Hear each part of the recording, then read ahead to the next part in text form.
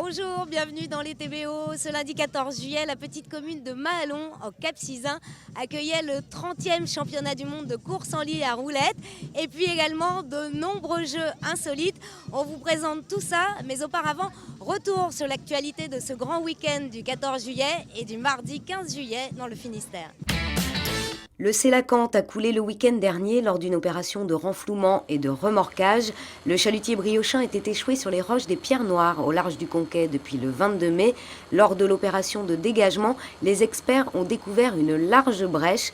Aujourd'hui, le Sélacanthe repose à plat par 15 mètres de fond sur du sable à 300 mètres du phare des Pierres Noires.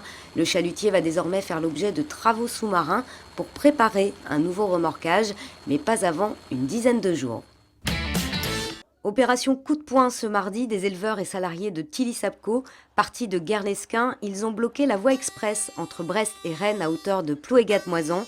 Les manifestants ont été rejoints par des élus, des habitants de Guerlesquin et quelques bonnets rouges. Le groupe volailler Tilly-Sapco est actuellement en grande difficulté financière. Les salariés réclament un rendez-vous avec le Premier ministre Manuel Valls afin d'obtenir des aides pour la filière avicole à l'export. Ce mercredi, une rencontre est prévue avec le préfet de région à Rennes. Depuis l'arrivée des premiers équipages, samedi à minuit, les pontons du port de Roscoff vivent au rythme du Tour de France à la voile. L'événement sportif, créé à la fin des années 70, regroupe aussi bien des professionnels de la voile que des amateurs éclairés. On va du nord au sud, vers le soleil, vers les vacances et on s'attache vraiment à développer ce côté tournée d'été. Et puis évidemment développer la voile, le public averti est là et nous on a envie de toucher beaucoup plus largement et de faire découvrir via nos animations ce magnifique sport au grand public. Le Tour de France à la voile revendique son côté populaire. Au-delà de la vie en mer avec l'aspect sportif, la vie bat aussi son plein à terre. Vraie volonté effectivement sur le Tour de France à la voile, c'est d'être en symbiose avec les étapes que l'on traverse, les villes dans lesquelles on se trouve, notamment ici à Roscoff avec la CCI Morlaix. On a fait un travail en amont de façon à pouvoir organiser plein de choses qui soient en lien avec notamment le tissu local, choses qui sont mises en place de façon à ce que non seulement le Tour de France à la voile visite Roscoff, mais Roscoff se met aussi à l'heure du Tour de France à la voile, on partage ça ensemble. Côté sportif, le spectacle était au rendez-vous. Pour leur 4e étape, les équipages se sont affrontés le long des côtes bretonnes. Ce qui était technique, c'est qu'on a eu la renverse de courant au niveau de Bréa, où on a eu du fort courant de face. Donc il a fallu aller s'abriter du courant dans les cailloux et c'était vraiment technique et c'était surtout un peu stressant parce que les cailloux étaient très proches. Les 9 équipages sont repartis ce mardi par la terre pour rallier la Méditerranée. 3 étapes les attendent avant une arrivée prévue à Nice le 27 juillet. Dimanche, à Pont-l'Abbé, c'était la fête des brodeuses. Selon les organisateurs, environ 10 000 personnes y ont assisté, comme cette famille tchèque. Ça nous plaît beaucoup. Qu'est-ce que tu en penses, Emichko? C'est très très beau. Hein. On est pris au cœur. Hein. Cette concarnoise aussi était conquise. Oh j'adore, c'est vrai, c'est typiquement breton, donc c'est très agréable.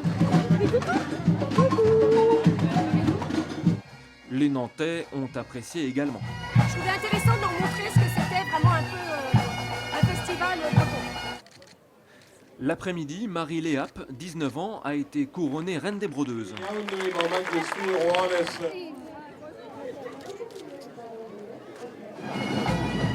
Et en soirée, les sonneurs et le public lui ont réservé un triomphe.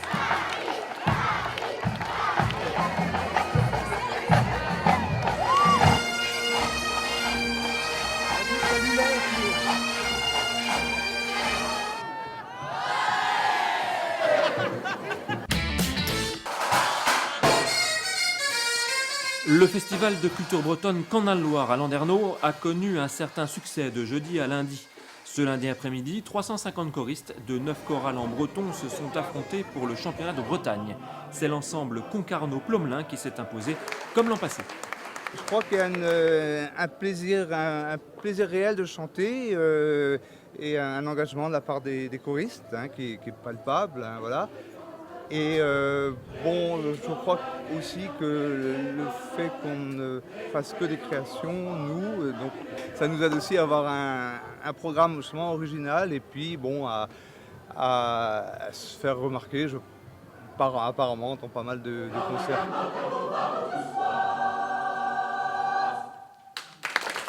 La création dans ce milieu, c'est visiblement très important.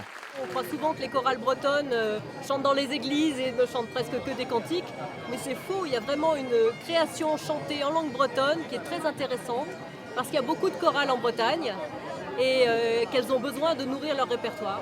La journée s'est terminée comme d'habitude par l'hymne breton, chanté par toutes les chorales et le public.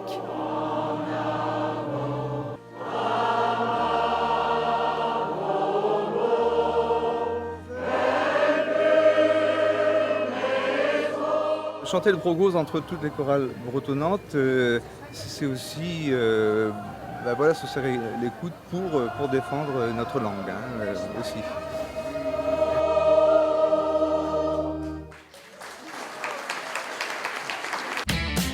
Nous voici donc à Mahalon, petite commune du Cap-Sizun qui accueillait ce lundi 14 juillet le Festival de l'Insolite avec le traditionnel championnat du monde de course en lit à roulettes, le 30e du nom. Nous y avons assisté et nous avons également découvert une multitude de jeux insolites.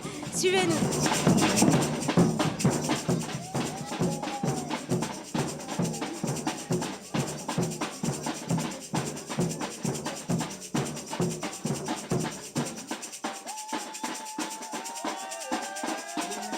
Christine Burel, bonjour. Bonjour. Vous êtes l'organisatrice de ce festival de l'insolite à Mahalon, oui, avec notamment le championnat du monde de course en lit à roulettes qui a 30 ans, il me semble. Enfin, c'est la 30e édition. Voilà. Comment est née cette idée saugrenue? Cette idée saugrenue est née dans la tête d'un monsieur qui habite la commune à côté, tout bêtement en lisant un Picsou magazine où il avait vu une course en lit dans le sud de la France. Et il a trouvé des copains pour lancer un jeu ici. Et vous voyez, 30 ans après, on y est encore. Alors, comment ça se passe exactement, cette course en lit à roulettes? Alors, il faut un équipage. Un équipage est composé d'un dormeur et de 2 pousseurs. C'est 3 personnes concourent à 3 sur 3 lits homologués. Ce sont toujours les mêmes lits. Les lits de l'hôpital de Douarnenez qui ont été donc récupérés dans les années 80. Et il y a des éliminatoires comme toute course ou comme tout championnat, même comme le championnat du monde. Et donc plus on a de candidats, plus on a de tours à faire faire à nos candidats évidemment. Pour qu'à 17h, il y ait la finale du championnat du monde, la course en lit. Alors combien y a-t-il de participants à ce championnat? Une quinzaine cette année. Quel est le record Le record imbattu depuis 1996 est de 1 minute 16, le tour de l'église sur 345 mètres. Alors vous dites des lits homologués, ça veut dire que ce championnat est homologué par exemple par le Guinness Book des records? Oui, on y est passé, oui, c'est vrai. Ça veut dire que ce championnat de lits à roulettes est unique au monde? Oui, tout à fait, au niveau du record de 1 minute 16 sur 345 mètres. C'est international alors? Ben oui, parce que nous avons quand même des étrangers qui sont venus cette année, une équipe de la BBC anglaise et un Australien, un journaliste indépendant australien qui se trouve sur le site là actuellement. Qui est le champion? Alors le champion de l'année dernière, j'ai oublié son nom, mais les champions de 1 minute 16 secondes, c'est des gens de Bezeq, c'est l'équipe des frères Lanoux. Et alors depuis l'année dernière, vous avez lancé également le championnat du monde de triporteurs. De triporteurs, voilà, une originalité. Un des copains qui a eu idée, il aimait beaucoup Darry Cool et le film Triporteur qui a dû repasser à la télévision l'année dernière. Il s'est dit, tiens, pour attirer les plus jeunes, parce que c'est un sport individuel et une épreuve individuelle, on va faire des triporteurs. Bon, il a fallu les fabriquer, évidemment. Et là, on remarque que les tout jeunes sont très intéressés par le triporteur. Et ces tout jeunes-là vont grandir et vont nous servir d'équipe de course en lit après. Alors, le Festival de l'Insolite, c'est bien évidemment le championnat du monde de course en lit à roulettes. Course en lit d'abord. Mais ce n'est pas que ça. Ce n'est pas que ça. Après, nous avons donc le Festival de l'Insolite avec le crachat du noyau d'abricot. 54 mètres, il me semble. Le lancer et rattrapé de l'œuf entier, 96 mètres imbattu, n'a jamais été battu non plus sur Mahalon. Ça s'est homologué en France, hein. Et même à l'étranger. J'ai vu qu'ils faisaient des bagarres d'œufs, mais c'est incroyable. Qu'est-ce qu'ils peuvent faire avec les œufs? Après, on a le jeté de la crêpe. Alors là, c'est assez étrange. Des fois, la crêpe, elle tombe en arrière. Et le béret. Le béret est aussi assez couru parce que je crois que dans le sud de la France, ils le font au niveau du béret dans les Pays Basques et tout ça. Et pourquoi pas la coiffe puisqu'on est en Cap Sizun? Oh, c'est trop fragile, madame, parce que je suis aussi repasseuse du coiffe du Cap Sizun. Ici, j'ai mis une casquette, mais normalement, non, la coiffe, c'est pas possible. Mahalon, c'est 900 habitants, Oui, je crois. 950 et quelques. Et c'est bien plus de visiteurs. Alors sur le là, on festival. a dépassé les 1000 sur le site aujourd'hui et on est vraiment très contents. Il va falloir poursuivre. Hein. Eh ben merci Christine, et puis nous, on va aller Mais je vous voir en tout de prie. suite tous ces jeux insolites.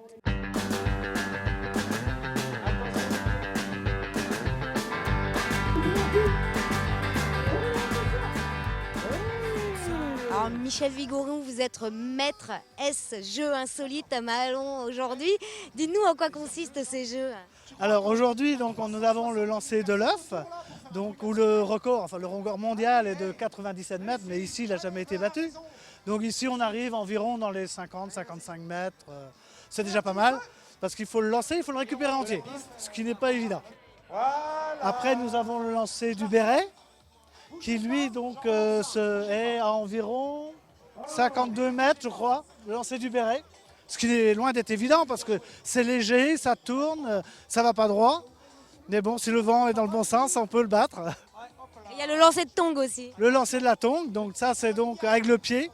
Donc on met la tongue au pied, on essaie de la lancer le plus loin possible. Et la crêpe. Et la crêpe, alors donc c'est avec une poêle, c'est une crêpe un petit peu plus lourde que ce qu'on mange d'habitude, qu'on a dans nos assiettes. Et donc le record est de 7,50 m. Et qu'est-ce qui vous plaît, vous, d'organiser ces jeux insolites? Oh, ici, c'est l'ambiance, quoi. Donc c'est décontracté. Donc on ne se prend pas la tête. C'est sympa.